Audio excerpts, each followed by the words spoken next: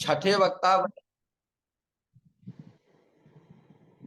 छठे वक्ता बने श्री सूत जी महाराज, और इन्होंने 88,000 ऋषि मुनियों को यह कथा सुनाई।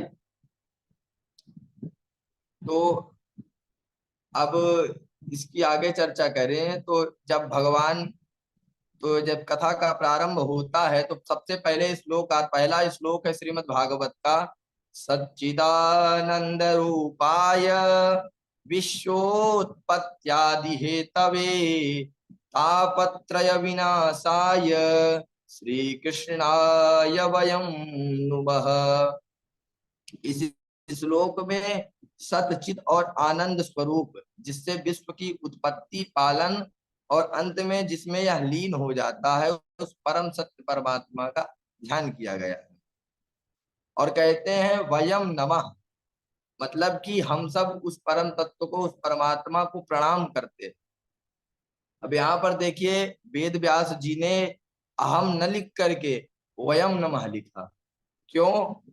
क्योंकि यही हमारी संस्कृति है कि हम व्यक्तिगत मोक्ष की कामना न करके बल्कि सर्वे भवन्तु सुखिना की भावना रखते हैं।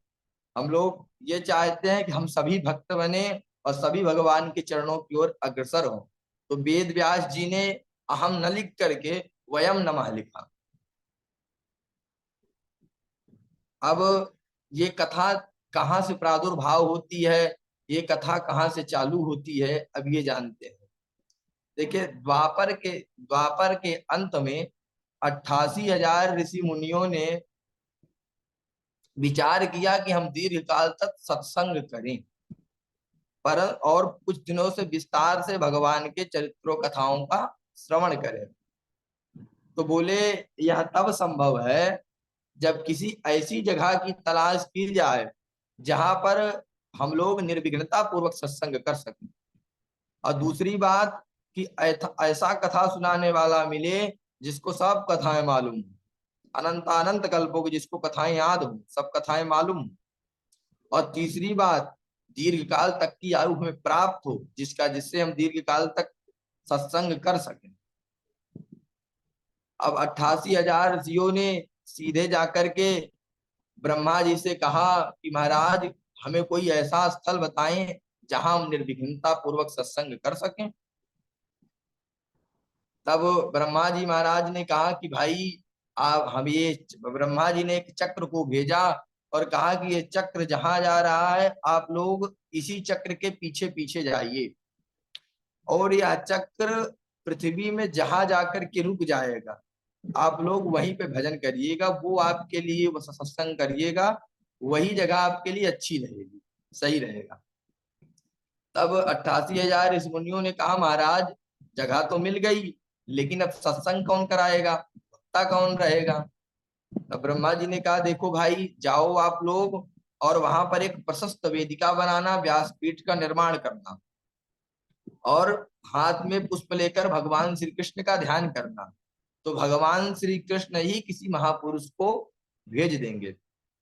अब ब्रह्मा जी की बात को सुन करके 88,000 ऋषि मुनि चक्र के पीछे पीछे गए, और वह चक्र जा करके नैमिषारण्य में रुका, और उसी को चक्र तीर्थ कहते हैं। गोस्वामी जी ने रामचरितमानस में लिखा कि तीरथ वर्णय विख्याता अवति पुनीत साधक सिद्धिदाता। उसके बाद सभी ऋषि मुनि वहां पर बैठ गए, और अब वो लोग सब लोग बैठ करके हाथ में पुष्प लेकर के भगवान श्री कृष्ण का ध्यान करने लगे कि भगवान ही किसी को भेज दें। तो सभी ने एक स्वर में पुष्प लेकर के भगवान का ध्यान किया। तो तो भगवान के ही स्वरूप श्री वहां पर सूत जी महाराज पधारे। जब सूत जी महाराज आए तो सभी ऋषि मुनियों ने उनको साष्टांग प्रणाम किया।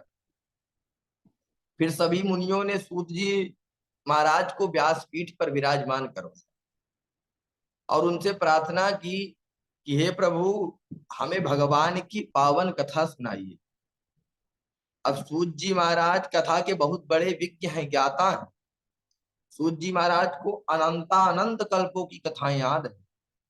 आज का कोई वक्ता कितना भी कथा सुनाएगा, 10 दिन सुनाएगा, 20 दिन सुनाएगा, 1 महीने सुनाएगा, 2 महीने सुनाएगा, लेकिन उसके बाद फिर उसी कथा को रिपीट करेगा।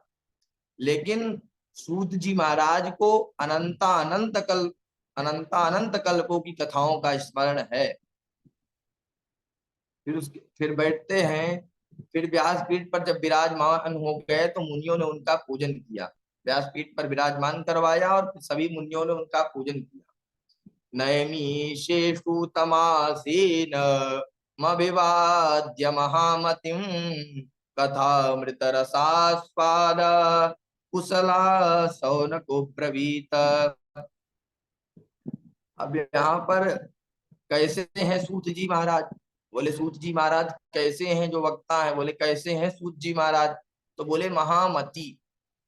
तो महामति का क्या अर्थ है? बोले प्रखर बुद्धि वाला, अथवा महामाने महामाने परमात्मा। तो ऐसे महान परमात्मा जिसकी बुद्धि में प्रतिष्ठित हो उसको कहेंगे महामति। तो नैमिषारण्य की पावन भूमि पे जब भागवत कथा का शुभारंभ हुआ तो गोस्वामी जी ने उसकी महिमा तो गाया कि तीरथ पर नैमिष विख्यात पुनीत साधक सिद्धाता। उसके बाद 88,000 मुनियों की अध्यक्षता कर रहे हैं। जैसे हमारा समूह होता है तो कोई ना कोई उसके अध्यक्ष रहते हैं, तो प्रश्नकर्ता जो थे उन 88,000 ऋषियों की जो अध्यक्षता कर रहे थे वो सौनक जी महाराज थे।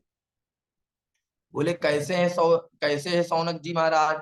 बोले कथामृत रसास्वाद कुशल, अर्थात कथामृत रसास्वादन करने में बड़े कुशल। और उसके बाद सभी 88,000 ऋषि मुनि सबकी प्रशंसा करते हैं, सूत जी महाराज की प्रशंसा करते हैं। क्योंकि गोविंद ने, भगवान ने गीता में कहा कि तद विद्य प्रणिपातेन परिप्रश्नेन सेवया उपेक्षन्ति ते ज्ञानम ज्ञानिनस्तत्त्वदर्शिनः। उस भगवान गीता में अर्जुन को कहते हैं कि अर्जुन, उस ज्ञान को तू तत्वदर्शी ज्ञानियों के पास जाकर समझ। बोले उनको भली भांति दंडवत प्रणाम करके और कपट छोड़कर सरलता पूर्वक प्रश्न करने से वो आत्म तत्व के बोध कराने वाले महात्मा तुम्हें उस परम तत्व का उपदेश करेंगे। तो सर्वप्रथम सौनक जी महाराज ने सूत जी महाराज की प्रशंसा की, क्योंकि यही नियम है कि सबसे पहले वक्ता की प्रशंसा करें। अब अज्ञानध्वांत विध्वंस कोटि सूर्य समप्रभा सुताख्या ही कथा सारम मम कर्ण रसायनम। अब कहते हैं आख्याय सुनाइए। सभी लोग कहते हैं कि हे सूत जी महाराज, आपका ज्ञान अज्ञान रूपी अंधकार को नष्ट करने के लिए करोड़ों सूर्यों के समान, अतः आप हमें कथा नहीं बल्कि समस्त कथाओं का सार श्रवण कराइए। तो ये भागवत क्या है? भागवत कथा नहीं है। क्या है भागवत? भागवत है समस्त कथाओं का सार। जितनी भी कथाएं हुई हैं आज तक, तो श्रीमद् भागवत कोई ग्रंथ नहीं, बोले श्रीमद् भागवत पूरी ग्रंथ सबका सार है। तो अब वो प्रश्न करते हैं कि हमें सबसे पहले हमें सार श्रवण कराइए। तो कहते हैं कि पहला प्रश्न करते हैं कि हे सूत जी महाराज, विवेक की वृद्धि किस प्रकार होती है और वैष्णव जन किस तरह माया और मोह से अपना पीछा छुड़ाते हैं। और हे सूत जी महाराज, भगवान श्री कृष्ण की प्राप्ति का शाश्वत साधन क्या है? कृष्ण प्राप्ति करम शाश्वत साधनम तद्वदाधुना। कहते हैं सूत जी महाराज, कृष्ण प्राप्ति करम, भगवान श्री कृष्ण की प्राप्ति कराने वाला कोई ऐसा अधुना होवे अब तद उसे बद बतलाओ। हे सूत जी महाराज, कोई ऐसा साधन बताइए जिसके द्वारा हम भगवान श्री कृष्ण की प्राप्ति कर सके। क्योंकि चिंतामणि हमें केवल लौकिक सुख दे सकती है, कल्प वृक्ष ज्यादा से ज्यादा हमें स्वर्ग की संपदा दे सकता है, किंतु हे सूत जी महाराज, अगर गुरुदेव भगवान प्रसन्न हो जाएं तो हमें भगवान का भी योग दुर्लभ वैकुंठ प्रदान कर देते। सूत जी कहते हैं, सौनक जी, आपके हृदय में भगवान के प्रति प्रेम है, अतः मैं आपको संपूर्ण सिद्धांतों का सार सुनाता हूं। ये कथा नहीं है, ये क्या है, संपूर्ण सिद्धांतों का सार। तो कहते हैं मैं इनको आपको संपूर्ण सिद्धांतों का सार सुनाता हूं, जो जन्म और मृत्यु का विनाश कर देता है। इस संसार में प्रत्येक व्यक्ति अगर सबसे ज्यादा डरता है तो अपने मृत्यु से डरता है, क्योंकि मृत्यु शाश्वत सत्य है जो सबकी है, होनी है।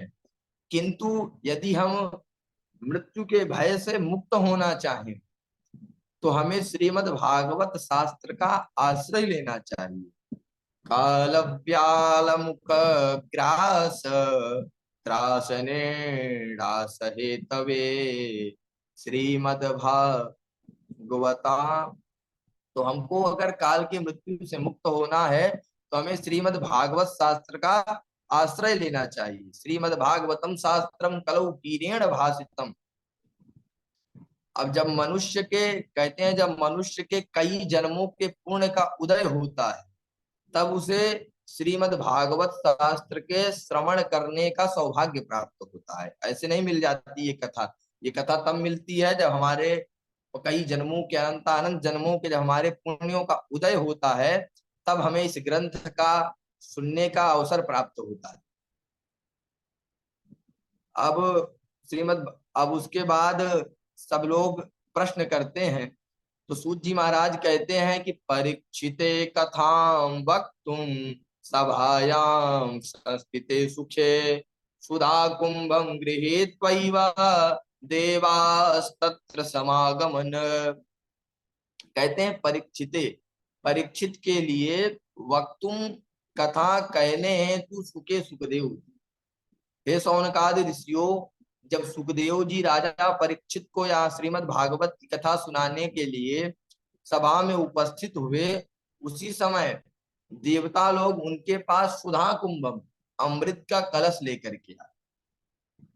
क्योंकि देवता अपना काम बनाने में बड़े कुशल हैं, स्वकार्य कुशलास्वता। देवता लोग अपने अपना कार्य बनाने में बड़े कुशल है।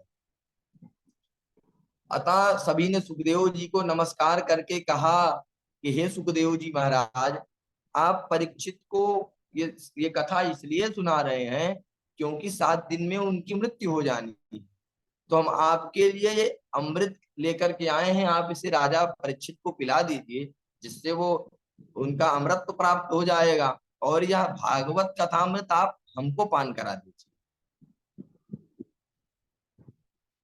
और आप इसके बदले में हमको कथामृत का दान दे दीजिए। प्रपास्यामो वयम सर्वे श्रीमद् भागवतामृतम। देवताओं की बात को सुनकर सुखदेव जी ने विचार किया कि यह देवता लोग तो अदला बदली की बात कर रहे हैं, किंतु क्या कांच और बहुमूल्य बड़ी की अदला बदली हो सकती है? अरे श्रीमद् भागवत की तुलना में या सुधामृत कांच के ही समान है। यही विचार करके सुखदेव जी महाराज ने उन देवताओं को डांट करके भगा दिया। अभक्ता शास्त्र विज्ञाय न ददौ सत्कथामृतम। उनको सभी को सुखदेव जी महाराज ने भगा दिया। इस प्रकार श्रीमद् भागवत को, ये श्रीमद् भागवत देवताओं को भी दुर्लभ है। पूर्व काल में श्रीमद् भागवत कथा के श्रवण मात्र से राजा परीक्षित के मुक्ति को देखकर ब्रह्मा जी महाराज को महान आश्चर्य हुआ था। पुरा धातापि विस्मृतः। तब ब्रह्मा जी ने सत्यलोक में तराजू बांधकर सब साधनों को उसमें तौला, तो अन्य सभी साधन तो तौल में हल्के पड़ गए, किंतु अपने महत्व के कारण श्रीमद् भागवत ही सबसे भारी रहा। यह देखकर सभी ऋषियों को महान आश्चर्य हुआ। तब ब्रह्मा जी ने उद्घोष किया कि कलिकाल में जो भी श्रीमद् भागवत शास्त्र को पढ़ेगा अथवा सुनेगा, तत्काल मोक्ष की प्राप्ति हो जाएगी। पठनात् श्रवणात् तज्जो वैकुंठ फलदायकम। अब हम लोग आगे कथा में जो है, जैसे हम लोगों ने धुंधकारी और आत्मदेव की कथा बहुत सुनी, सभी लोगों ने काफी बार धुंधकारी और आत्मदेव की कथा को सुना। तो आज हम लोग ये जानेंगे कि धुंधकारी और आत्मदेव है क्या, कौन है धुंधकारी और कौन है आत्मदेव। क्योंकि हम लोगों ने वैसे महात्मा को काफी बार हम लोग सुन चुके हैं, तो आज हम लोग इसका समझेंगे कि धुंधकारी कौन है और आत्मदेव कौन है। तो अब कहते हैं कि इस आत्मदेव की कथा को हमें समझना चाहिए, कथा तो हम लोगों ने सुन रखी है, तो इसको आज समझना है। तो कहते हैं इस कथा को, आत्मदेव की और धुंधकारी की कथा को हमें समझना चाहिए कि यह है क्या। कहते हैं आत्मदेव कौन है, धुंधली कौन है, धुंधली कौन है। तो आइए हम इन्हें जाने।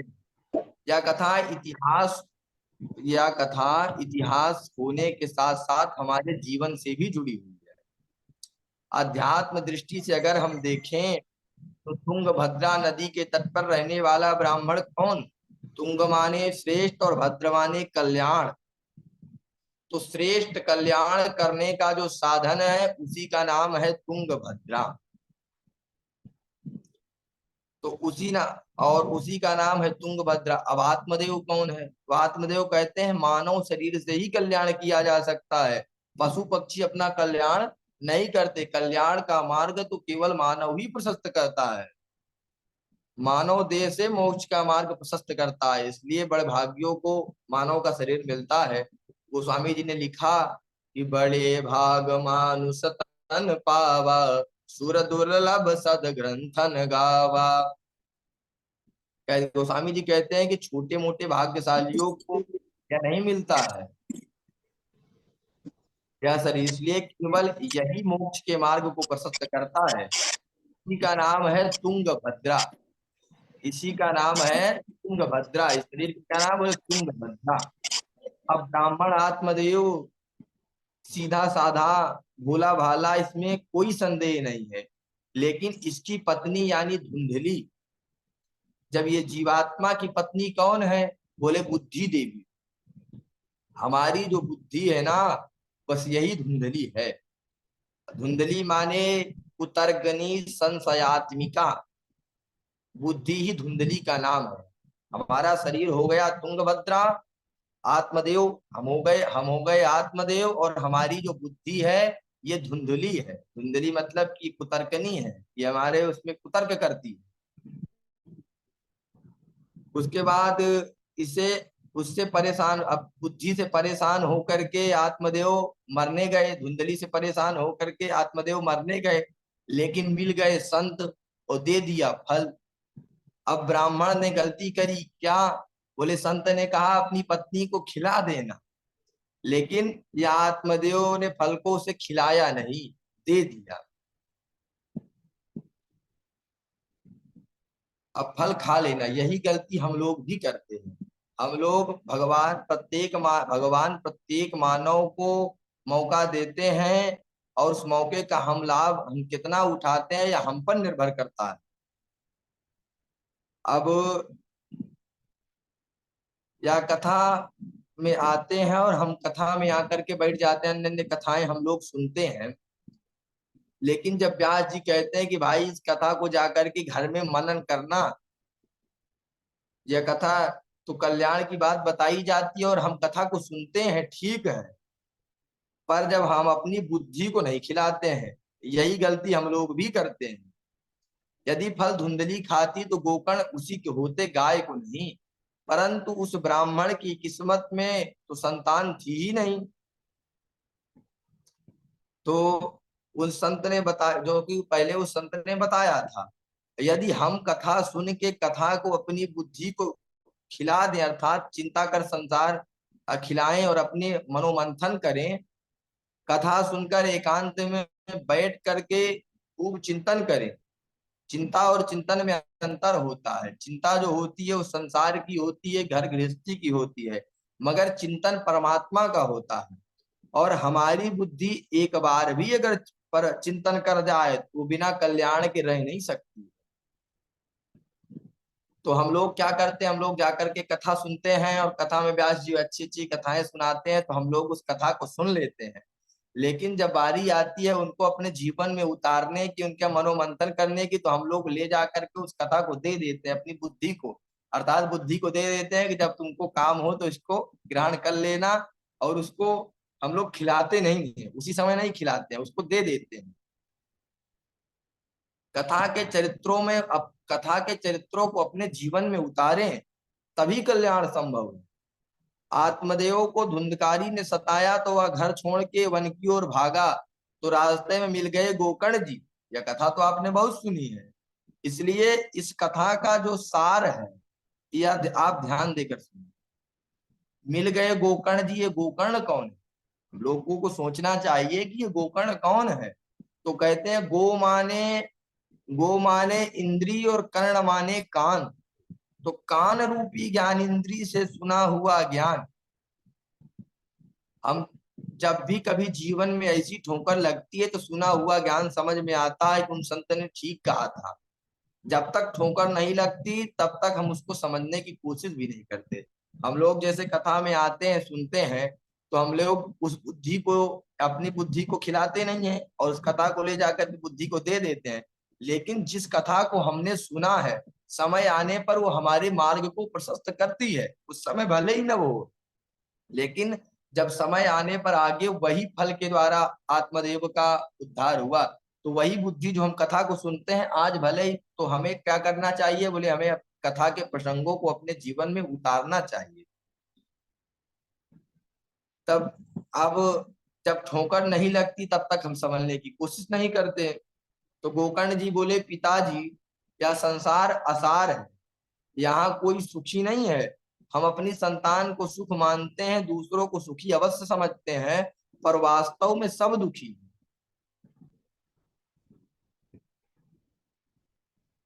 पर वास्तव में सब दुखी है। तो हम लोग क्या करते हैं? हम लोग कथा को सुनते हैं लेकिन अपनी बुद्धि को नहीं खिलाते हैं। तो अब हमको क्या करना है? अपनी बुद्धि को इस कथा को सुनाना है। और इस कथा को जब हम सुन करके जाएं तो इसको हमें मनोमंथन करना है। अब गोकर्ण जी बोले, पिताजी कोई तन दुखी कोई मन दुखी, कोई धन बिन रहत उदास, थोड़े थोड़े सब दुखी, सुखी राम के दास। गोकर्ण जी बोले, पिताजी राम के दास कभी न हुए उदास। हमारी आपकी बात तो छोड़ो, यहाँ सुख तो चक्रवर्ती सम्राट को भी नहीं, देवराज इंद्र को भी सुख नहीं है। इस संसार में बस सुखी वही है जो मोह माया के त्याग कर भजनानंदी हो गया, जिसने भगवान की कथाओं का रसास्वादन करना चालू कर दिया। जो भाव से भगवान गोविंद का नाम उच्चारण करे, बस वही सुखी है। धनहीन कहे धनवान सुखी, धनवान कहे सुख राज कुभारी, राज कहे महाराज सुखी, महाराज कहे सुख इंद्र को भारी, इंद्र कहे चतुरानन को सुख, ब्रह्म करे सुख विष्णु को भारी, तुलसीदास विचार करे हरि, भजन बिना सब लोग दुखारी। तो गोकर्ण जी कहते हैं कि पिताजी, हमने जो भजन के लिए बिना जितने भी प्राणी हैं वह सब दुखारी हैं प्रतीत होते हैं, कोई किसी कारण तो कोई किसी कारण, और उसी में दुख को अपना, उसमें उसी दुख में वो अपना सुख ढूंढता रहता है। मनुष्य के जीवन में तीन ऋण होते हैं, देव, और जब तक वह अपने इन तीन ऋणों से मुक्त नहीं होता है तब तक वह सुखी नहीं है। और इन ऋणों से मुक्त के लिए, जब तक इन ऋणों से हम लोग मुक्त नहीं होंगे तब तक हम इन आवागमन से भी मुक्त नहीं होंगे। बोले ऋण क्या है? बोले बनिया के दुखा, बोले किसी की दुकान, बनिया की दुकान की उधारी ले लिया और दे दिया, बोले हो गई ऋण की मुक्ति। बोले नहीं नहीं, ये ऋण नहीं है।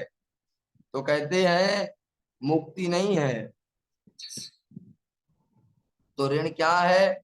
बोले भगवान ने हमें मानव बनाया है, और इतना ही नहीं, अच्छा कुल परिवार दिया, और हमने क्या किया? कुछ नहीं। और हम कर भी क्या सकते हैं? कुछ नहीं कर सकते। तो उसको याद तो कर लिया करें, उस परमात्मा को याद तो कर ही सकते हैं, उसकी कथा सुने, उसे याद करें, बस इतने में ही देव ऋण से मुक्ति मिल जाती है। तो देव ऋण, पितृ ऋण और ऋषि ऋण, ये 3 ऋण है हमारे जीवन में। तो देव ऋण से मुक्ति के लिए हम क्या करें? बोले भगवान की कथाओं का रसास्वादन करें, भगवान की कथाओं का चिंतन करें, भगवान का नाम जाप करें और देवताओं की भी पूजन करें। क्योंकि देखिए, अब सूर्य भगवान हमको प्रकाश देते हैं, अन्य जैसे, तो सबका, देवताओं का भी हमको खूब वो करना चाहिए, क्योंकि इनका हमारे जीवन में, इनका ऋण है हमारे जीवन में, तो हमको इनकी पूजा करनी चाहिए। इसीलिए पहले लोग यज्ञ करते थे। तो यज्ञ के द्वारा और इन क्रियाओं के द्वारा, भगवान की पूजा के द्वारा हम देव ऋण से मुक्ति पा जाते हैं। दूसरा ऋण क्या है? बोले पितृ।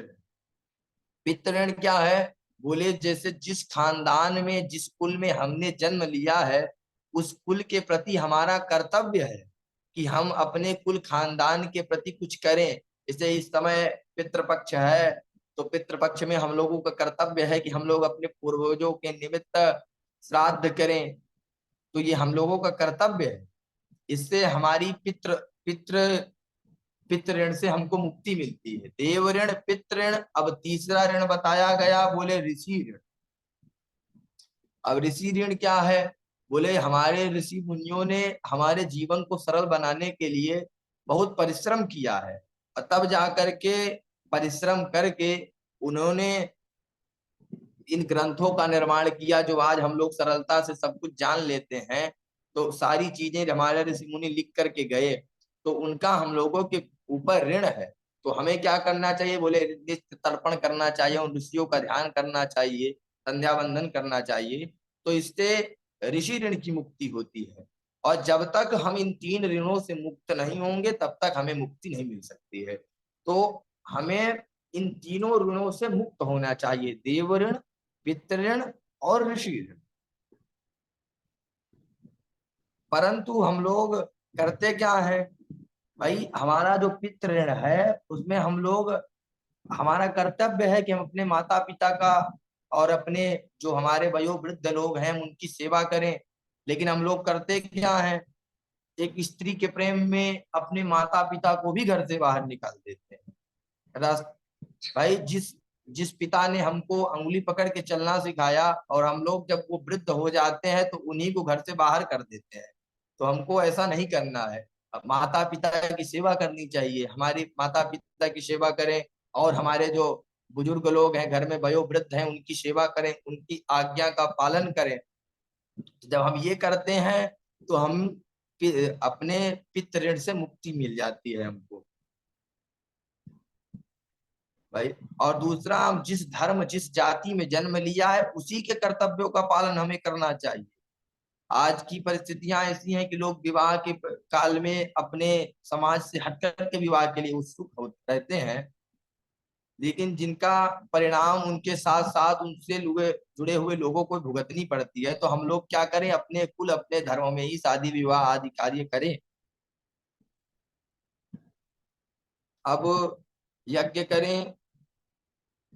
उसके बाद गोकर्ण जी बोले कि पिताजी, पहले तो हमें इन 3 दिनों से मुक्त होना है, तभी हम आगे का कार्य कर पाएंगे।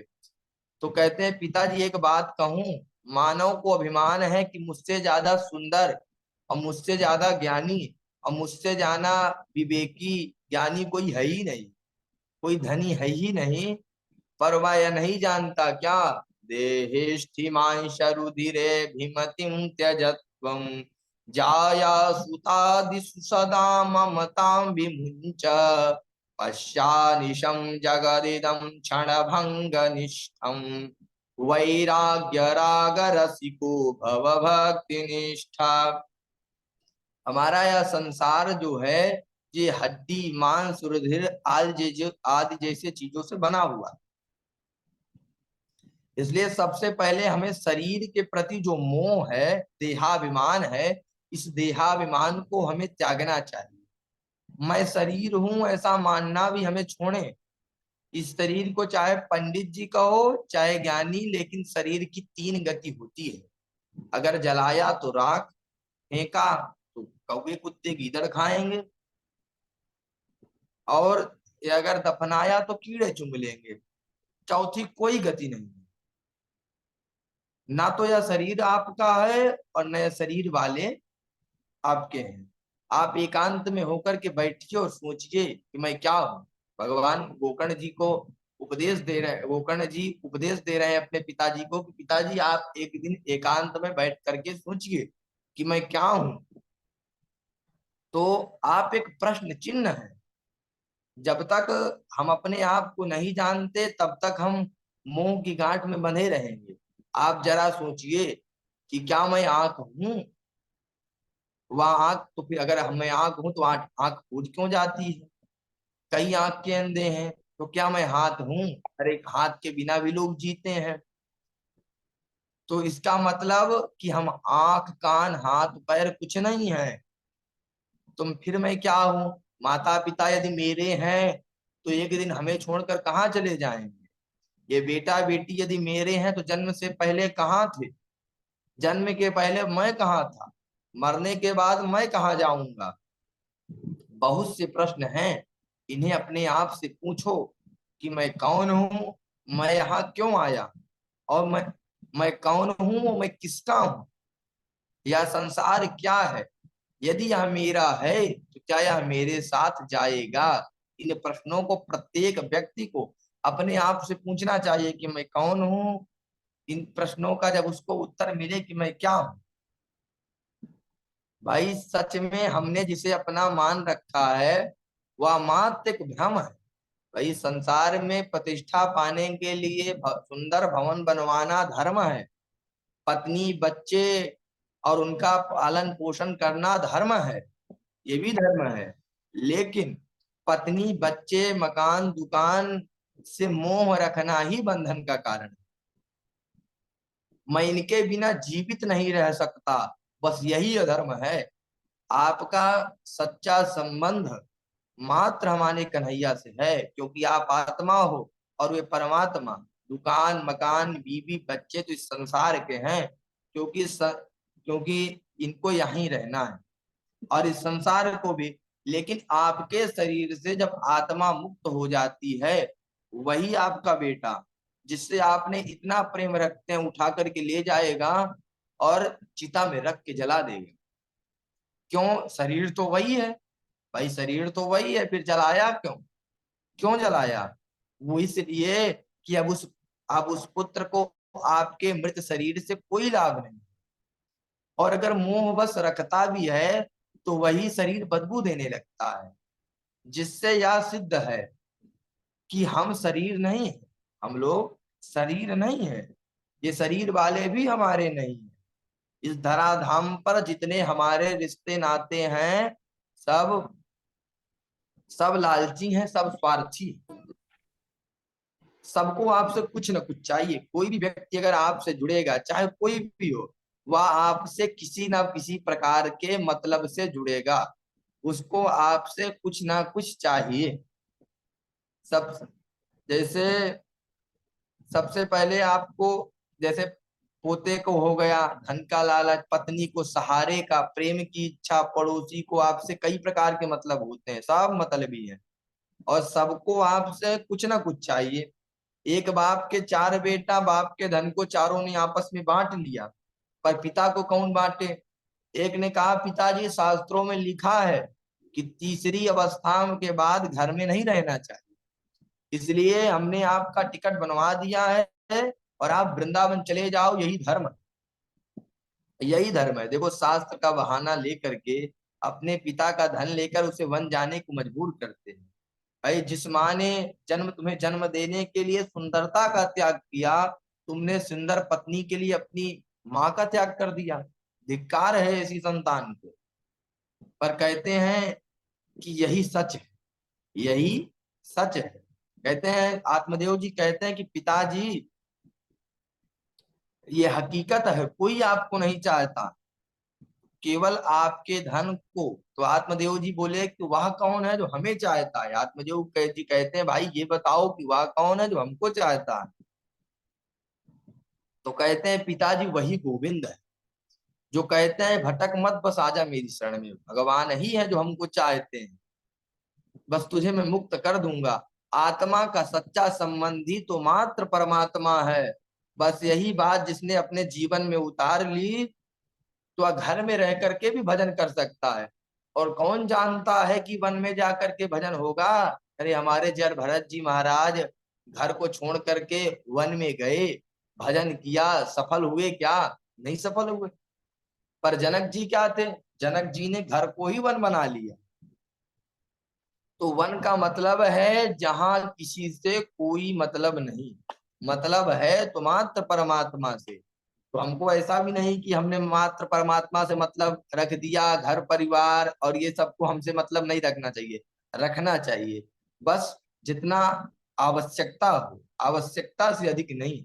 हम इनके बिना जीवित नहीं रह सकते, बस यही अधर्म है। सबका पोषण करें ये धर्म है, लेकिन हम किसी के बिना रह नहीं सकते। यही हमारे लिए, यही बस यही अधर्म है। तो गोकर्ण जी कहते हैं कि पिताजी आप कहते हैं वन जाने को, तो क्या वन जाने से भगवान मिल जाते हैं? यदि वन जाने से भगवान मिलते तो तो सबसे पहले जो जंगल में पशु पक्षी हैं, तो सबसे पहले भगवान को उन्हीं के दर्शन हो जाता, वही भगवान का दर्शन कर पाते। तो बोले जब तक आपकी मन की खटपट नहीं मिटेगी तब तक वन जाने का क्या फायदा। भाई मन ही बंधन है और मन ही मुक्ति का कारण है।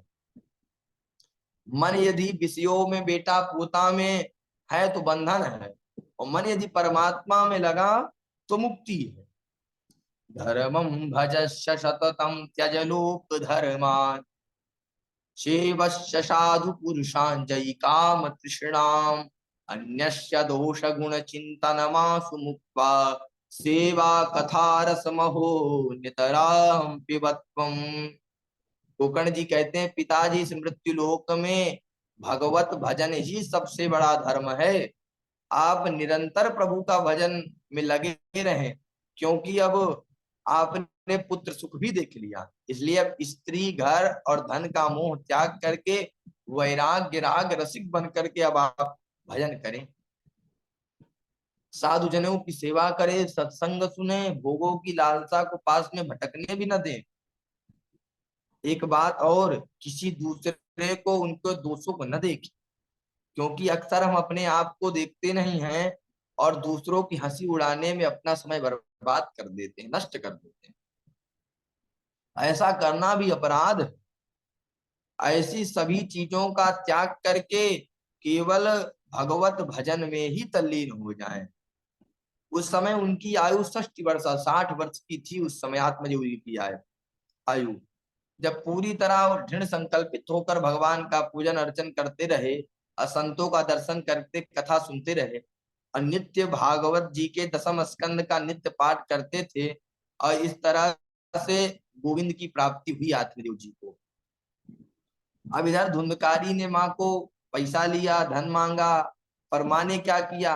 भाई धन तो था नहीं क्योंकि वो पहले ले गया था, तो दे कहां से? तो अब घर से बाहर निकाल दिया। तो माँ ने क्या किया? बोले कुएं में कूद करके अपनी आत्महत्या कर ली। भाई आत्मदेव ने किया सत्संग तो मुक्त हो गया, और धुंधली ने तो सत्संग किया नहीं, इसलिए उसको आत्मज्ञान नहीं, अपनी अपनी जान दे दी। भाई ये आत्महत्या, जैसे आजकल बहुत लोग आत्महत्या करते हैं, बहुत लोग आत्महत्या कर रहे हैं। तो ये आत्महत्या करता कौन है? कौन करता है आत्महत्या? कहते हैं जो मूर्ख, जो स्वयं को नहीं जानता है। चलो ठीक है, किसी के द्वारा बहुत सताया गया है, बहुत दुख है उसे, पर कोई उसे समझाने वाला भी नहीं है और न उसके पास समझने वाली बुद्धि है। लेकिन किसी भाई नतीजा क्या निकला? बोले आत्महत्या कर लिया। अरे आत्महत्या भाई, आत्महत्या पर आत्मा तो कभी मरती नहीं। भाई मरता तो ये शरीर है, और हम शरीर नहीं आत्मा हैं। जब तक यहाँ हमें पता न हो तब तक हम अपने को जान नहीं पाते हैं। ठीक है जल गए, कट गए, मर गए, पर क्या इसके बाद भी हमको मुक्ति मिलती है? कहते नहीं नहीं, बहुत भटकता है, उसे शांति नहीं मिलती है। वह आत्मा भटकती है, मरने के बाद उसके शरीर का क्या किया जा रहा है वह सब देखती है, तड़पती है। मरने से पहले इतना कष्ट था, मरने के बाद उससे और कई गुना उसका कष्ट बढ़ जाता है। तो जो आजकल लोग आत्महत्या करते हैं उनको इस बात को समझना चाहिए कि चलिए हमें किसी ने बहुत सताया है, लेकिन अब हमने आत्महत्या कर ली, लेकिन सोचिए कि आपने आत्महत्या तो कर ली, लेकिन अब आत्महत्या करने के बाद आप जाएंगे कहाँ? भाई आत्मा तो मरती नहीं है। तो कहते हैं जितना मरने से पहले जो आपने सोचा कि भाई थोड़ा सा कष्ट है, आत्महत्या कर लिया, तो कहते हैं जितना उससे कई गुना कष्ट मरने के बाद उसको प्राप्त होता है, वो मुक्त नहीं होता है। अब क्या किया? बोले घर में कोई नहीं तो धुंधकारी को समझाए या रोके टोके, अब भ्राता जी तीर्थ यात्रा में चले गए। अब पूर्ण स्वतंत्रता मिल गई। ये पूर्ण स्वतंत्रता बहुत खतरनाक होती है। और स्वतंत्र होने के साथ साथ यदि वह अज्ञानी हो फिर तो कहना क्या। भाई हमें अपने घर में भी इस चीज को ध्यान देना चाहिए कि किसी भी व्यक्ति को, हमारा बेटा बेटी कोई भी परिवार का सदस्य हो, हमें उसको पूर्ण स्वतंत्रता नहीं देनी चाहिए। स्वतंत्रता देनी चाहिए लेकिन पूर्ण स्वतंत्रता नहीं देनी चाहिए, जिससे वो बुरे रास्ते में भी जा सकता है। तो हमको ये ध्यान रखना है कि हमें पूर्ण स्वतंत्रता किसी को नहीं देनी है। अब उसने क्या किया, तो जब कोई, अब उसके घर में तो कोई है नहीं धुंधकारी के कि कोई रोके टोके, भाई पिताजी चले गए, भ्राता जी तीर्थ यात्रा में चले गए, माता जी पधार गई तो उसको रोके टोके, तो उसने क्या किया, बोले उन्हीं वैश्याओं को ला करके घर में बैठा दिया। अब वैश्याओं के, भाई पहले तो डाकुओं का संग उसे प्राप्त हुआ। अब डाकुओं के संग में रोज रोज सोचता था कि रोज रोज कौन चोरी चोरी करे, तो बोले एक ही दिन में इकट्ठा एक बार में चोरी कर लिया जाए, जिससे रोज रोज की झंझट खत्म हो। तो अब उसके बाद, और जब उसने एक बार एक दिन एक राजा के घर में उसने चोरी की, और राजा के घर में चोरी करके बहुत सारा धन लेकर के आया और उन वेश्याओं को दे दिया। जब उन वेश्याओं को यह पता चला कि भाई इसने तो राजा के यहाँ चोरी की है, अब वो समझ गई कि अगर राजा को पता चल गया तो दंड दे देगा, और किसी ना किसी तरह राजा को पता चल गया तो हम सब लोग बचने वाले नहीं हैं। अब भाई वेश्याओं को घर ले आया था, चोरी क्यों करता था? भाई वेश्याओं को घर ले आया, कुछ खाने पीने का था नहीं, खिलाता गया, बाप दादाओं का धन जो पहले जुआ में खेल गया था, तो वो इकट्ठा ला करके वेश्याओं को दे दिया। और वेश्याओं ने विचार किया कि भाई राजा के यहाँ इसने चोरी की, अगर राजा को पता चला तो राजा तो हमें मृत्युदंड दे देंगे, तो क्या किया जाए? तो कि भाई हमारी जान भी बच जाए और यह धन भी हमें प्राप्त हो जाए। तो वेश्याओं ने क्या किया कि उसको तो पहले पूरी रात बैठकर उन्होंने इस बात पर विचार किया, निर्णय लिया कि धन को आपस में बांट लिया जाए, ऐसे मार दिया जाए।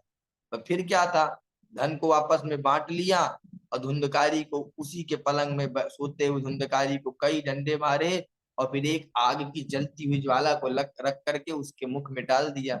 इस तरह से धुंधकारी भी तड़प तड़प के मर गया, और मार करके उसको उसी आंगन के नीचे दबा दिया गया। अब इधर कुछ समय के बाद जब गोकर्ण जी को धुंधकारी की मृत्यु का समाचार मिला, तो गया जी में जाकर उसके नाम का श्राद्ध किया। फिर चतुर्मास में एक दिन अपने गांव पहुंचे, उस समय रात्रि हो चुकी थी। सोचा इतनी रात्रि में सभी गांव वाले सो गए होंगे, इन्हें परेशान न किया जाए। तो गांव वाले गोकर्ण जी को बहुत मानते थे, उनसे सत्संग करते थे, सेवा करते थे। गोकर्ण जी ने सोचा हमारे पिताजी का घर है वहीं चलते हैं। अपने जब घर में जाकर के उन्होंने देखा, और भूमि को साफ करके सो गए, पर रात्रि में जब उन्हें कुछ आवाज सुनाई पड़ी, वहां पर कोई प्रेतात्मा तरह तरह का रूप बदल करके लीलाएं कर रहा था। मगर भाई वो ब्रह्म तेज के उपासक थे तो उनको तो उसका कोई प्रभाव नहीं पड़ा, लेकिन जब उन्होंने बार बार देखा और उन्होंने बिना वो किए एक मंत्र उच्चार करके हाथ में जल लेकर जब उस प्रेतात्मा के ऊपर फेंका, तो उसमें बोलने की सामर्थ्य आ गई। तब वो प्रेतात्मा कहता है, अहम भ्राता त्वदीयोस्मि धुंधुकारी नामतः स्वकीये नैव दोषेण ब्रह्मत्वं नासितम मया। धुंधकारी कहता है कि भाई मैं आपका भाई हूँ, मैंने अपने जीवन में बहुत पाप कर्म किए, अपने ही पाप कर्मों से भाई मैंने ये सब किया, इसलिए मैं आज प्रेत बना। मेरे कुकर्मों की कोई गिनती नहीं है जिसे मैं अपना प्रिय समझूं। भाई जिसे मैंने अपने प्रिय समझा उन्हीं दुष्ट औरतों ने मुझको मार दिया। हितैषी थे, जो मेरे हितैषी थे, मेरे माता पिता को मैंने मार दिया। मेरे गोकर्ण जी से प्रार्थना करता है कि भाई कोई मेरी मुक्ति का कोई उपाय निकालो। बोले तो गोकर्ण जी ने कहा भाई हमने तुम्हारे लिए गया जी में श्राद्ध किया है। तो धुंधुकारी ने कहा कि आप अगर हजारों श्राद्ध भी कर दें तब भी मेरी मुक्ति होने वाली नहीं है। तो कहते हैं तब तब बोले कोई और उपाय करिए। तब गोकर्ण जी महाराज ने काफी ज्ञानियों के पास गए और सबसे पूछा क्या किया जाए। सब ऋषि मुनि ब्रह्मादि सबसे पूछा, लेकिन कोई इस विषय में जवाब न दे पाया। अंत में भगवान सूर्य नारायण को जब अर्घ देते थे, जल देते थे, तब उन्होंने पूछा तो भगवान सूर्य ने उनको बताया कि श्रीमद् भागवतान मुक्ति सप्ताहम वाचनम कुरु इति सूर्य वचा सर्व धर्म रूपम तो विस्तृतम। गोकर्ण जी कहते हैं कि आप चिंता मत करो, श्रीमद् भागवत जी की सूर्य भगवान कहते हैं कि आप चिंता न करो, आप श्रीमद् भागवत की साप्ताहिक कथा करो। तब गोकर्ण जी स्वयं भागवत कथा की तैयारी की और स्वयं वक्ता भी बने। कई गांव नगर देश में कथा का आयोजन किया गया और सब लोग कथा सुनने के लिए आए। और गोकर्ण जी ने एक 7 गांठ वाले बांस में उसको स्थान दे दिया। गोकर्ण जी ने एक वैष्णव ब्राह्मण को मुख्य यजमान बनाया और प्रथम स्कंद से ही कथा का प्रारंभ आरंभ किया। इस प्रकार जब सायंकाल कथा का विराम हुआ तब एक आश्चर्य हुआ, क्या कि वह जो 7 गांठ वाला बांस था उसका एक गांठ फट गया। यहाँ ध्यान देना है, गांठ का मतलब होता है बंधन। उसका जो बंधन था वह ढीला हो गया। फिर दूसरे दिन की कथा में दूसरा गांठ और तीसरे दिन की कथा में तीसरा गांठ, इस तरह 7 दिन पर्यंत कथा सुनने से 7 गांठ फट गई और धुंधकारी मुक्त हो गया। उसी समय जब गोकर्ण जी ने जयकारा लगाया तो सुंदर दिव्य सुगंधित देवताओं जैसी छवि लेकर के वहां पर धुंधकारी प्रकट हुआ। और धुंधकारी कहता है, पीड़ा का धुंधकारी कहता है कि हे भाई भाई ये श्रीमद् भागवत की कथा धन्य है, इसका सप्ताह पारायण धन्य है। भाई कोई कितना भी कर्म कहते हैं कि उस जिस प्रकार सप्त भाई श्रवण किया और उसके बाद मुक्त हो गया। उसके बाद गोकर्ण जी ने उन जब वो पार्षद आए और जब एक विमान लेकर के आए तो गोकर्ण जी ने उन पार्षदों से पूछा कि भाई आप लोगों ने एक ही विमान क्यों कर लेकर के आए, क्योंकि यहाँ पर श्रोता तो अनेक हैं, आप केवल एक ही विमान लेकर आए। तो भगवान के पार्षद कहते हैं गोकर्ण जी उसका भी कारण है। बोले श्रवण विभेदेना फल वेदोत्र संस्थिता। बोले यहाँ पर कथा तो बहुत लोगों ने सुनी लेकिन किसी ने भी कथा का मनन नहीं किया। यही यही गलती हम लोग भी करते हैं। हम लोग खूब कथा सुनते हैं लेकिन जब मनन करने की बारी आती है तो हम लोग मनन नहीं करते हैं। तब सारे श्रोता बिल्कुल भाई उस फल का भेद एक ही मुख्य कारण है, कथा श्रवण में भेद। भाई कोई किसी के भेद अलग अलग है। तो जब सभी ने नहीं सुना इसी कारण एक साथ कथा सुनते हुए भी भेद हो गए। और धुंधकारी ने 7 दिन लगातार कथा सुना और मनन किया और अपने चित्त में खूब बैठाकर चिंतन भी किया। इसलिए आप दोबारा पार्षद कहते हैं कि आप दोबारा प्रेम से मन लगाकर कथा श्रवण करो और उसका चिंतन करो तभी काम बनेगा। अब भागवत कथा वही स्थान वही वक्ता पर श्रोता तो अलग अलग है तो भेद भी अलग अलग होगा। महाराज मुक्ति का मतलब मरना बिल्कुल नहीं है, मुक्ति का मतलब है आत्मबोध आत्मज्ञान। और जिस व्यक्ति को जीवित ही मुक्ति का ज्ञान हो जीवित ही यह ज्ञान हो गया समझो वह मुक्त हो। पुनरपि जन्मम पुनरपि मरणम अब पुनरपि जननी जठरे शयनम। नारद जी बोले फिर क्या दोबारा कथा का वो किया और अब की बार सबने खूब मनन किया तो अब की बार जितने श्रोता उतने विमान प्रकट हुए और सभी ने प्रेम से कथा का श्रवण किया और सभी लोग मुक्त हो गए। अब इस कथा के बाद हम लोग आज ये जान लें कि कथा का नियम क्या है। जैसे हम लोग कथा को श्रवण करते हैं तो आज की कथा में आज के महात्म में ये जान लेते हैं कि कथा का नियम, कल प्रथम स्कंद से कथा का प्रारंभ करेंगे तो आज पहले ये जान लेते हैं कि कथा का नियम क्या है, कैसे हमको कथा श्रवण करनी चाहिए, उसके बाद ही हम विश्राम देंगे। तो नारद जी बोले, महाराज, नारद जी प्रश्न करते हैं सनकादियों से, महाराज कथा श्रवण का नियम क्या है? सनकादि कहते हैं सबसे पहले जब कथा श्रवण की इच्छा हो तो किसी श्रेष्ठ ब्राह्मण से मुहूर्त निकलवाए, किसी मुहूर्त निकलवाए। कहते हैं आषाढ़ और पूस का महीना वर्जित है, बाकी जिस दिन भी कथा का शुभारंभ हो वही मुहूर्त शुभ है। पर शुभ मुहूर्त में कथा श्रवण करने का अधिक फल मिलता है। कथा में उत्तम स्थान चुने बैठने की उत्तम व्यवस्था हो और देवताओं का आवाहन पूजन वैदिक हो, दिव्य शोभा यात्रा निकालें, मंदिरों का दर्शन करें, व्यास जी के अलावा 5 ब्राह्मणों का वर्ण करें। आज जान लेते हैं कितने ब्राह्मण, लोग बहुत प्रश्न करते हैं कि कितने ब्राह्मण बुलाने चाहिए। तो व्यास जी के अलावा, हमारे सनकादि कहते हैं कि व्यास जी के अलावा 5 ब्राह्मणों का वर्ण करें। विघ्नहर्ता भगवान गणेश का द्वादशाक्षर मंत्र का, गीता जी का, विष्णु सहस्त्र नाम का, भागवत जी का मूल पाठ करें। कथा में नींद ना आए उसके लिए देखिए संगीत भी होना जरूरी है। जैसे आजकल लोग कथा करते हैं, संगीत रहती है, तो संगीत की एक अपनी आवश्यकता है, आवश्यकता से अधिक किसी चीज का होना हानिकारक है। जैसे प्रायः देखा जाता है संगीत का दुरुपयोग होने लगा है, कथा के नाम पर केवल संगीत ही हो रही है। तो ऐसा ना हो, संगीत की अपनी उपयोगिता है, संगीत की बस कुछ थोड़ा थोड़ा मात्रा में, मेन कथा का ही महत्व है। तो संगीत केवल उसी लिए हो ताकि किसी श्रोताओं को नींद ना आए, मन लगता रहे, तो बीच बीच में संगीत होती रहे।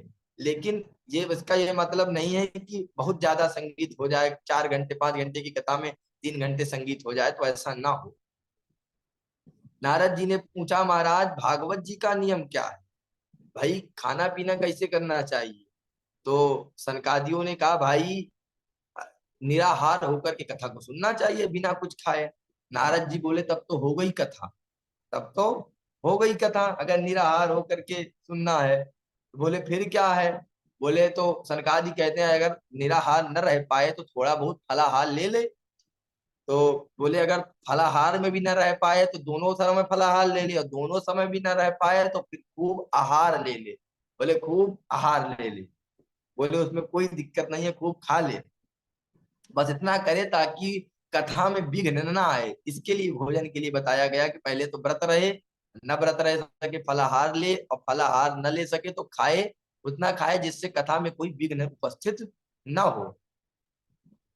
और क्या कहते, सनकादि कहते हैं कि कथा सुनने वाले को इन चीजों का विशेष, हम लोग कथा सुनते हैं तो हम लोगों को इन चीजों का विशेष ध्यान रखना चाहिए। किस चीज का? बोले काम, क्रोध, लोभ, मोह, इनसे दूर रहना चाहिए।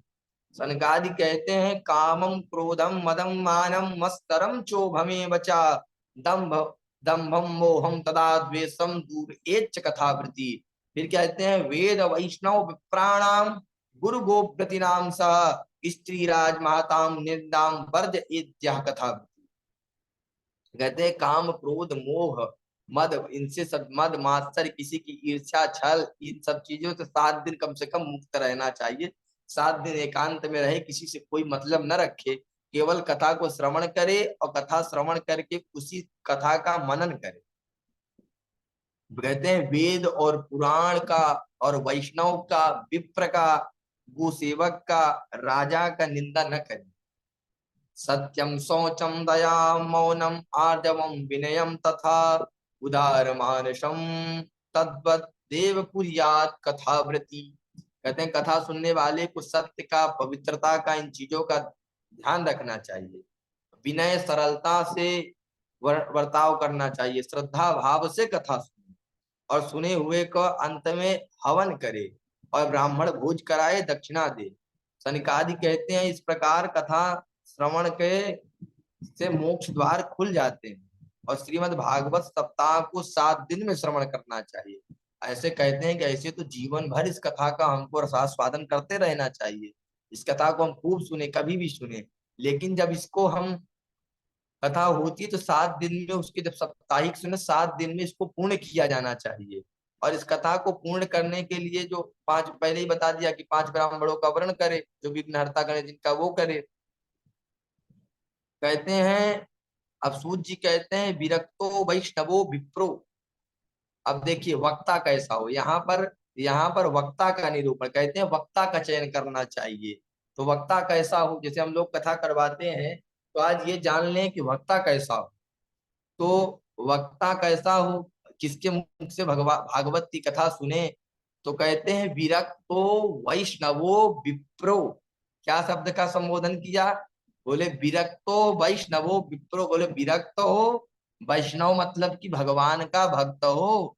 और फिर क्या कहते हैं, विप्र मतलब ब्राह्मण। अब देखिए विप्र का अर्थ, ब्राह्मण का अर्थ इसमें कुछ अलग अलग लिया जाता है। क्या लिया जाता है, जैसे पहले तो जन्म से वो ब्राह्मण, जन्मना पहले जन्म से ब्राह्मण कुल में वो उत्पन्न, जो हमारा वक्ता हो तो पहले तो वो जन्म से ब्राह्मण हो, जन्म से ब्राह्मण कुल में वो उत्पन्न हुआ। उसके बाद कहते हैं जन्म से उत्पन्न होने के बाद भी उसको ये अधिकार नहीं है कि वो वक्ता बन सके। बोले तब, बोले फिर क्या करे, बोले तो पहले तो वो ब्राह्मण है, और उसके बाद कहते हैं, उसके बाद ब्राह्मण में 3 चीजें होती हैं, ब्राह्मण, द्विज और विप्र। और यहाँ पर क्या कहा है, यहाँ पर विप्र शब्द का संबोधन किया गया। तो कहते हैं पहले तो ब्राह्मण हो, उसके बाद द्विज कहते हैं जिसका विधिवत यज्ञोपवीत संस्कार हुआ हो। यज्ञोपवीत संस्कार होने के बाद ब्राह्मण को द्विज कहा जाता है। और द्विज के बाद विप्र किसे कहते हैं, अब विप्र किसे कहते हैं, तो कहते हैं पहले तो ब्राह्मण कुल में उत्पन्न हुआ हो, उसके बाद उसका विधिवत यज्ञोपवीत संस्कार हुआ हो, उसके बाद उसने वेद शास्त्र विशुद्ध कृत, शुद्ध रूप से वेद शास्त्रों का अध्ययन किया हो, तो उसे कहेंगे विप्र। अब और कहते हैं कि शुद्ध वेद शास्त्र का अध्ययन किया, और वैदिक परंपरा से जिसको ज्ञान प्राप्त हुआ है, किसी गुरु परंपरा से उसको ज्ञान प्राप्त हो, गुरु जी के चरणों में बैठ के पढ़े, ऐसा नहीं कि किताब खरीद के ले आया, किताब को पढ़ करके कथा को सुनाना प्रारंभ कर दिया, तो ऐसा नहीं है। वैदिक परंपरा से उसको ज्ञान प्राप्त हो, वेदों का उसको ज्ञान होना चाहिए, शास्त्रों का उसको ज्ञान होना चाहिए। अब कहते हैं दृष्टांत कुशलो धीरा, जो दृष्टांत देने में कुशल हो, अतः अपनी बात को अनेक दृष्टांतों को रख करके अपनी बात को श्रोताओं के मध्य में ला सके, उनको समझा सके। बोले ऐसा वक्ता हो। और एक धर्म विभ्रांता, उन्होंने यहाँ पे सनकादि कहते हैं एक धर्म विभ्रांता, अर्थात एक धर्म में निष्ठ हो, ऐसा नहीं कि गंगा किनारे गया तो गया गंगा दास, यमुना के किनारे गया यमुना दास, तो ऐसा ना हो। मतलब उसकी एक भगवान, एक इष्ट में उसकी अपनी श्रद्धा हो, उनकी निष्ठा हो। तब ऐसे सिद्धांत बोल कहते हैं सिद्धांत विहीन प्राणी से कथा नहीं सुननी चाहिए, नहीं दोष लगता है। तो जब भी हम कथा करवाएं तो इन बातों का ध्यान रखें कि विरक्तो वैष्णवो विप्रो, विरक्तो वैष्णव हो विप्र हो, और पाखंडवादी न हो, उनसे कथा सुननी नहीं करनी चाहिए। सुख कहते हैं सुख शास्त्र तो ऐसी व्यक्ति से सुनना चाहिए जो वेद आदि शास्त्रों का अनुभव कर सके और वेद आदि शास्त्रों का अनुभव बता सके। ऐसे विद्वान पुरुष के द्वारा, ब्राह्मण के द्वारा भागवत कथा का श्रवण करें। और 7 दिन में जब कथा पूर्ण हो जाए तो हवन कर्म करना चाहिए। और निष्काम भाव से अगर कथा श्रवण कर ही रहे हैं तो हवन भी न करें, गीता पाठ से ही भी हो जाता। अब यहाँ पर क्या होता है कि जैसे हम लोग कथा करवाते हैं तो सबसे पहला प्रश्न क्या आता है कि महाराज जी पैसा कितना खर्चा लगेगा। सबसे पहला प्रश्न होता है कि खर्चा कितना लगेगा। तो अब खर्चा का सबसे पहला ही प्रश्न कथा के विषय में यही पूछा जाता है कि महाराज जी खर्चा कितना आएगा। तो खर्चा के विषय में नारद जी ने भी पूछ लिया कि महाराज खर्चा कितना आएगा। तब शौनकादियों ने बताया कि विवाहे यादृशम वित्तम तादृशम परिकल्पयेत। कहते हैं कन्या के विवाह में जितना खर्चा होता है भागवत में उतना खर्चा होना चाहिए। अब इसका मतलब ये नहीं है भाई कन्या का विवाह कोई लाखों में करता है, कोई हजारों में करता है, कोई करोड़ों में करता है। सब अपनी अपनी सामर्थ्य के अनुसार सब लोग करते हैं। तो कहते हैं अपनी सामर्थ्य के अनुसार हमें कथा का वो करना चाहिए, जिस जिस अनुसार हमारी सामर्थ्य हो उसी प्रकार हमको कथा का आयोजन करना चाहिए। और इसको एक उत्सव के रूप में मनाना चाहिए, 7 दिन उत्सव की तरह बैठ करके कथा का श्रवण करे। तो अब आज से किसी के मन में ये प्रश्न न उठना चाहिए कि खर्चा कितना आएगा। खर्चा का सीधा यही है कि विवाहे या दृशम वित्तम तादृशम परिकल्पयेत। तो आज हमने इस कथा को सुन लिया है। अब उसके बाद क्या हुआ कि जब सारे उसके बाद कथाओं, जब नारद जी और सनकादियों का हो गया तो नारद जी को सनकादि कथा सुनाते हैं और वहां पर काफी लोग आते हैं कथा सुनने के लिए। सूत जी कहते हैं सौनकादि ऋषियों उस समय, फिर उसके बाद कथा होती है। तो आज हम लोगों ने ये जान लिया कि भागवत सुनने का नियम क्या है और भागवत का महात्म भी हम लोगों ने लगभग लगभग श्रवण किया कि कैसे भागवत कहते किसको हैं। और अगर आप कहें तो भागवत के नाम पर भी चर्चा कर लेते हैं कि भागवत कहते किसे। भागवत जैसे हमने तो ये बता दिया कि भगवताई में भागवत अर्थात भगवान के संबंधियों को भागवत कहा जाता है। लेकिन अगर किसी के मन में ये हो कि भागवत नाम क्यों पड़ा, तो कहते हैं जब भगवान श्री वेद व्यास जी ने भागवत ग्रंथ की रचना करके जब भगवान नारायण को दिखाई और भगवान के नारायण के समक्ष श्री वेद व्यास जी गए और दिखाया कि प्रभु मैंने इस ग्रंथ की रचना की है, तो भगवान ने कहा भाई इस ग्रंथ का नाम क्या है। तो वेद व्यास जी महाराज ने कहा प्रभु इस ग्रंथ का नाम भागवत। तो भगवान ने कहा इसका क्या अर्थ होता है। तो वेद व्यास जी कहते हैं भगवता प्रोक्तम भागवतम, अर्थात भगवान का कहा हुआ भागवत। तो वहीं पर लक्ष्मी जी बैठी थी, तो लक्ष्मी जी ने कहा भाई हमारा नाम तो इसमें आया नहीं। तो वेद व्यास जी कहते हैं माता जी भगवत्या प्रोक्तम भागवतम, अर्थात भगवती का कहा हुआ भी भागवत बनेगा व्याकरण। तो लक्ष्मी जी कहते हैं नहीं नहीं, हमारा नाम तो स्पष्ट आना चाहिए। तब व्यास जी ने उसमें श्रीमद और जोड़ दिया, तब उसका नाम हो गया श्रीमद भागवत। तो आज हम इसी कथा के प्रसंग से आज कथा को विराम देंगे और कल की कथा में प्रथम स्कंद से हम कथा का आगे को बढ़ाएंगे और कल प्रथम स्कंद से ही कथा का श्रवण करेंगे। अगर आपके मन में इन प्रसंगों को लेकर के किसी के मन में कोई प्रश्न हो तो आप लोग कर सकते हैं।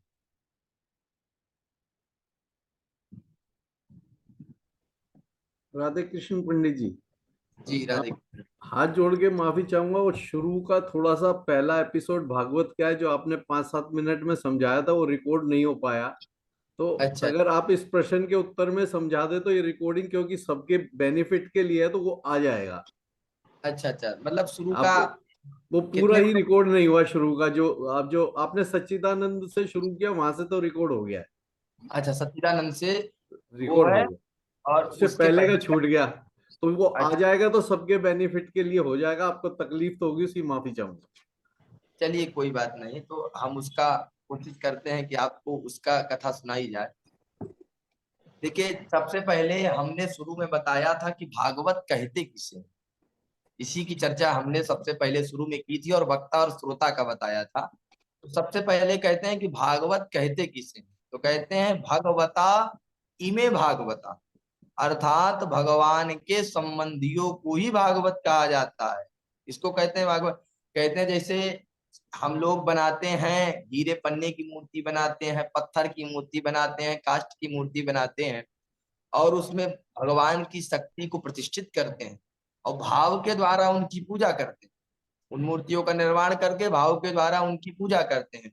ठीक उसी प्रकार से श्रीमद् भागवत भगवान की शब्दमयी मूर्ति क्या है, ये कोई ग्रंथ नहीं है, ये भगवान की शब्दमयी मूर्ति है। और जैसे मूर्ति को कोई कलाकार बनाता है तो इस मूर्ति को भगवान श्री वेद व्यास जी ने बनाया, किंतु यह भगवान की दिव्य ज्योति निर्मित नहीं है, अपितु भगवान स्वयं इस ग्रंथ में आकर के प्रतिष्ठित हो गए। कृष्णावतार में जब अपनी लीला को परिपूर्ण करके गोविंद जब निज धाम जाने लगे, तब श्री उद्धव जी महाराज के निवेदन करने पर भगवान ने अपने सी विग्रह को ही श्रीमद् भागवत के रूप में प्रतिष्ठित कर दिया।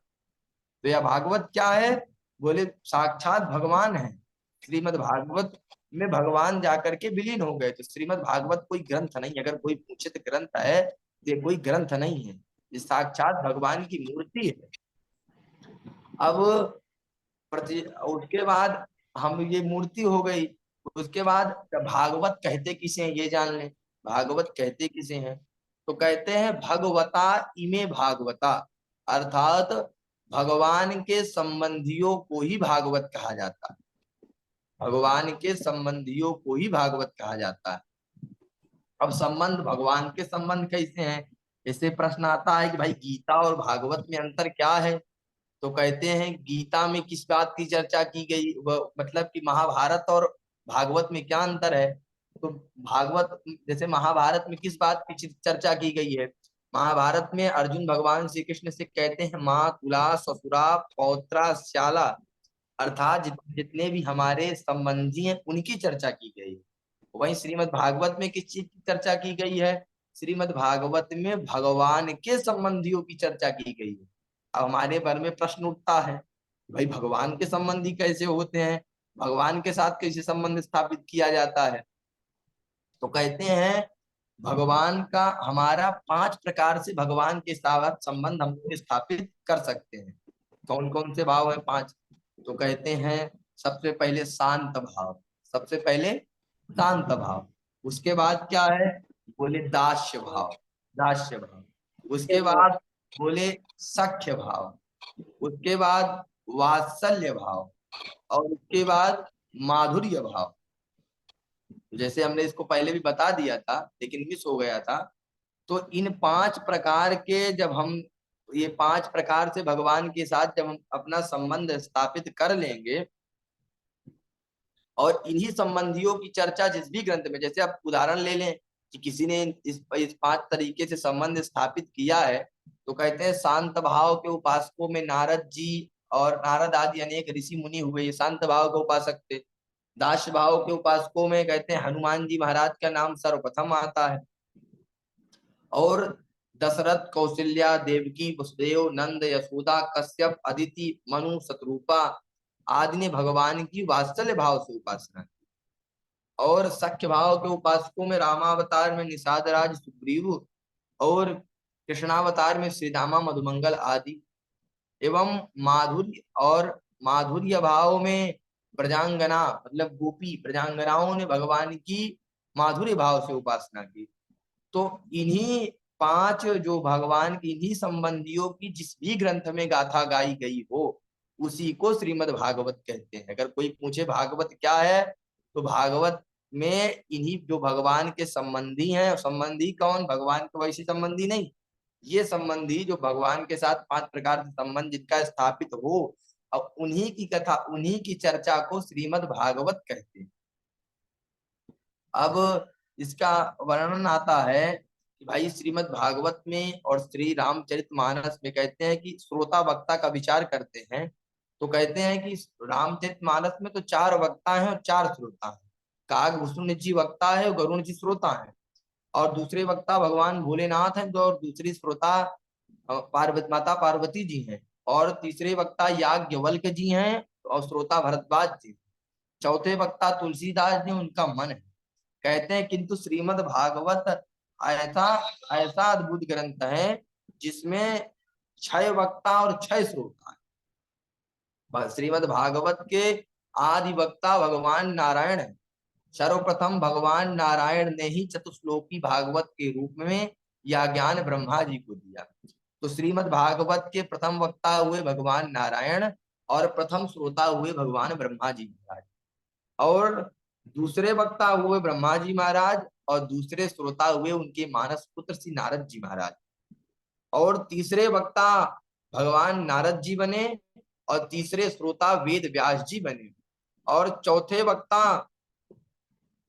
वक्ता वेद व्यास जी बने, वेद व्यास जी बने, और चौथे श्रोता श्री सुखदेव जी महाराज बने, और 5वें वक्ता स्वयं सुखदेव जी महाराज बने, और 5वें श्रोता बने श्री परीक्षित जी महाराज।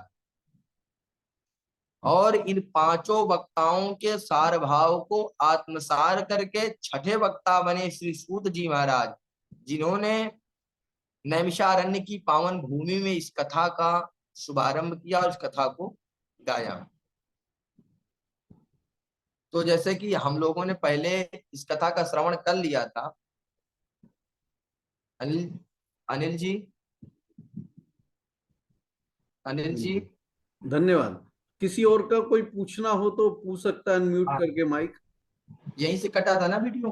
हाँ जी, हाँ जी, जी। हो गया। अब अगर किसी के भी मन में अगर कोई प्रश्न हो, आप वो कर दीजिए। किसी के मन हाँ, में कोई प्रश्न हो इन चीजों का, या कोई और कुछ सुनना, मतलब महात्मा से ही अगर कोई जानकारी आज चाहता हो तो वो पूछ सकता है। और कल प्रथम स्कंद से कथा का अच्छा। चालू मेरे करें। मन में दो प्रश्न थे पंडित जी, अगर आपके पास समय हो तो सबके जी, बेनिफिट के लिए मैं पूछना चाहूंगा कि बताइए। जैसे आपने कहा और वो ठीक भी है कि भाई अपने माता पिता की सेवा करनी चाहिए, आज्ञा का पालन करना चाहिए। पर आज के समय में कई बार स्थिति ऐसी बन जाती है कि उनकी वो आज्ञा जो है वो हाँ। ठीक नहीं है, सामाजिक हिसाब से भी ठीक नहीं है और दूसरे हिसाब से भी ठीक नहीं है। और अच्छा, वो जिद्दी बन जाते हैं, तो और बच्चा अपने धर्म को तब कैसे निभाए, उसको क्या आचार व्यवहार करना चाहिए उस सिचुएशन में?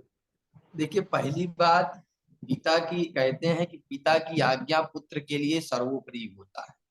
अब पिता कभी भी, कोई पिता अपने पुत्र का अहित तो नहीं चाहेगा, कभी भी नहीं चाहेगा। पिता कैसा भी हो, वह जी, हमेशा हित ही चाहेगा। जी, और वो अपनी बुद्धि से हमेशा पुत्र का हित ही करना चाहता है। अब पुत्र को भले लगे, जैसे पिता मना करता है कि भाई बाहर मत जाना, शराब मत पीना, ऐसे ऐसे गलत काम मत करना, लेकिन जब बालक बच्चा होता है तो वो चीजें उसको अच्छी नहीं लगती। उसको ये लगता है कि हमारे पिताजी हमारे दुश्मन, दुश्मन की तरह देखता है।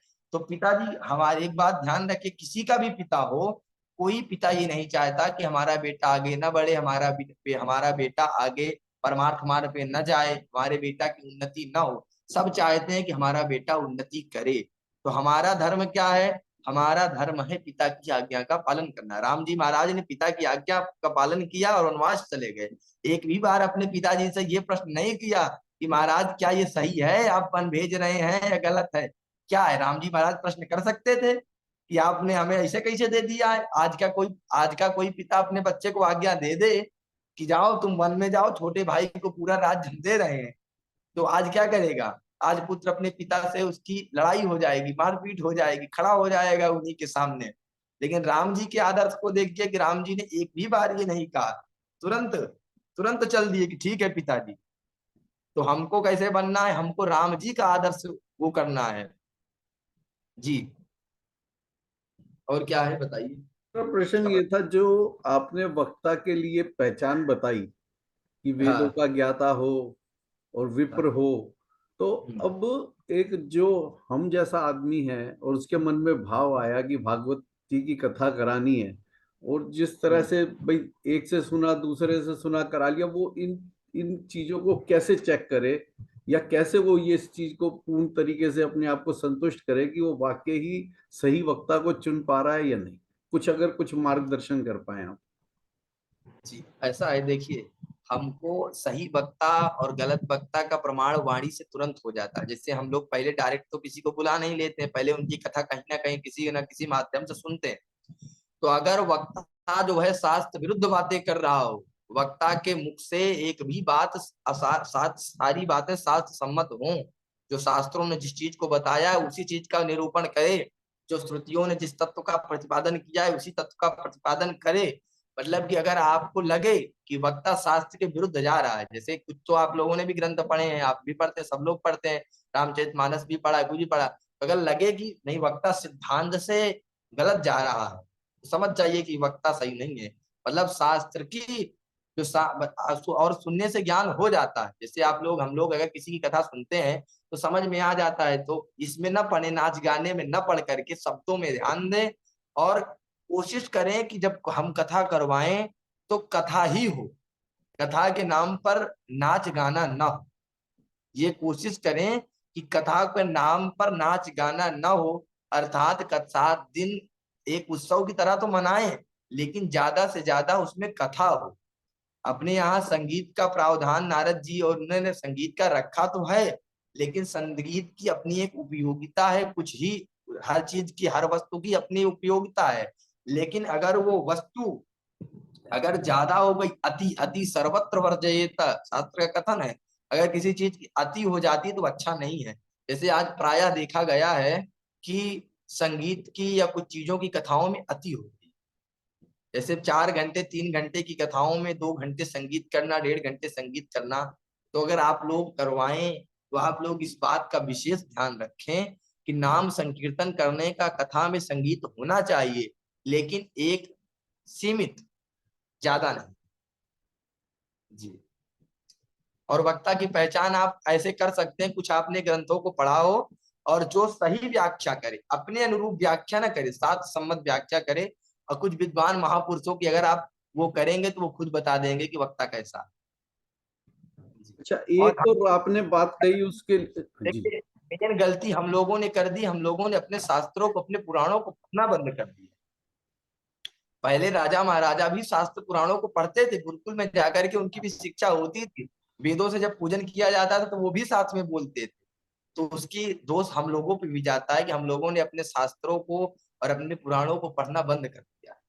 अब पहचान कैसे करें? अब नहीं पढ़ा है तो किसी योग्य से मिलिए जो इसकी पहचान बता सके। जी भाई तो कांच और मणि की पहचान बता सके। देखने में तो दोनों एक से लगते हैं, कांच भी वैसे दिखती है, मणि भी वही वैसे दिखती है, लेकिन जो जानकार होगा वही बता पाएगा कि ये कांच है या मणि है। तो आप ऐसे लोगों से जुड़ें जो ये आपको बता सके कि कौन कांच है कौन मणि। अच्छा, जी। और एक और कुछ सवाल मन में आता, आपने बताया कि जब ये करें, जो खर्चे की बात आई, नारद जी ने भी पूछा और हर आदमी जानना चाहता है कि भाई अपनी जेब से बाहर ना चला जाए, तो आपने बताया कि जितना कन्या के विवाह में खर्चा करते हैं उतना होना चाहिए और उत्सव की तरह मनाएं। तो इस उत्सव में भी बहुत सारी चीजें आ जाती है, जैसे कि प्रसाद आ जाता है, सजावट आ जाती है, संगीत आ जाता है, खाना पीना आ जाता है, पंडित जी की दक्षिणा आ जाती है। अब क्या है कि वो उत्सव की तरह तो करता है वो, अब इसका बैलेंस बनाने के लिए भी कोई गाइडलाइन है कि भाई कितना उसको, ताकि उसमें क्या हो, करता तो वो है पर वो सारे झगड़ते हैं कि भाई तुमने उधर ज्यादा कर दिया, हमें नहीं दिया। तो वो जो जजमान है वो बड़ी दुविधा में फंस जाता है। तो उसके लिए भी अगर कोई मार्गदर्शन आप कर सके। देखिए, ऐसा है कि अब इस सूत्र को आप लगाइए कि विवाहे यादृशम वित्तम तादृशम परिकल्पित। उन्होंने बता दिया कि कन्या के विवाह में आपको इतना पैसा खर्च करना है जितना किया।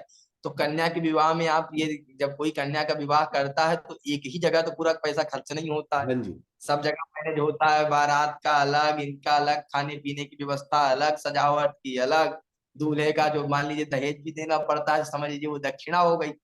दहेज को आप ऐसे ले लीजिए, जैसे कुछ लोग, वैसे दहेज नहीं लेना चाहिए, लेना तो नहीं चाहिए, लेकिन समझ लें, समझने के लिए अपनी बता रहे हैं। जैसे मान लीजिए वही अपनी हो गई, दक्षिणा हो गई वो। तो अब सब हम लोग अपने अपने अनुरूप करते हैं। दहेज कोई ज्यादा देता है, कोई कम देता है, अपनी सामर्थ्य के अनुसार, सामर्थ्य के अनुसार।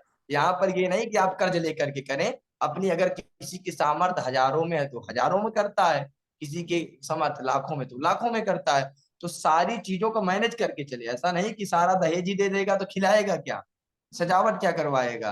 तो मतलब कि सारी दक्षिणा ब्यास जी को दे देगा तो अन्य कार्य क्या करेगा। तो उसको सारी चीजों बैलेंस बना के रखना है कि सारी चीजें सीमित हों, अपनी हैसियत के हिसाब से उसकी सजावट भी हो जाए और ब्यास जी की दक्षिणा भी हो जाए। तो इन चीजों का हमको ध्यान रखना है, सारी चीजें मतलब एक लिमिट में। जी जी। ठीक है, धन्यवाद पंडित और जी, ये बहुत यही। बहुत आपका बहुत बहुत शुक्रिया। कल इंतजार रहेगा आपके कथा के लिए।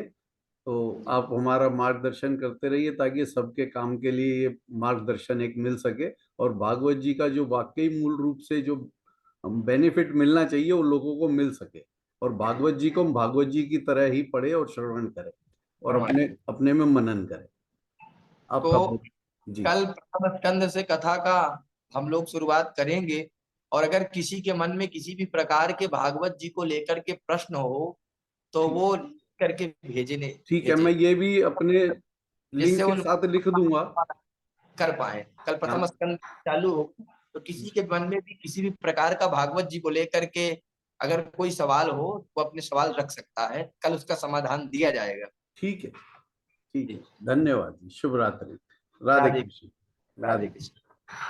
श्री कृष्ण चंद्र भगवान की जय। जय। श्री भागवत महापुराण की जय। जय। बोले सुखदेव जी महाराज की जय। भगवान वेद व्यास जी महाराज की जय। असमत श्री गुरु चरण कमलेभ्यो नमः। मैं बंद कर दूं जी रिकॉर्डिंग? जी जी। जी, धन्यवाद।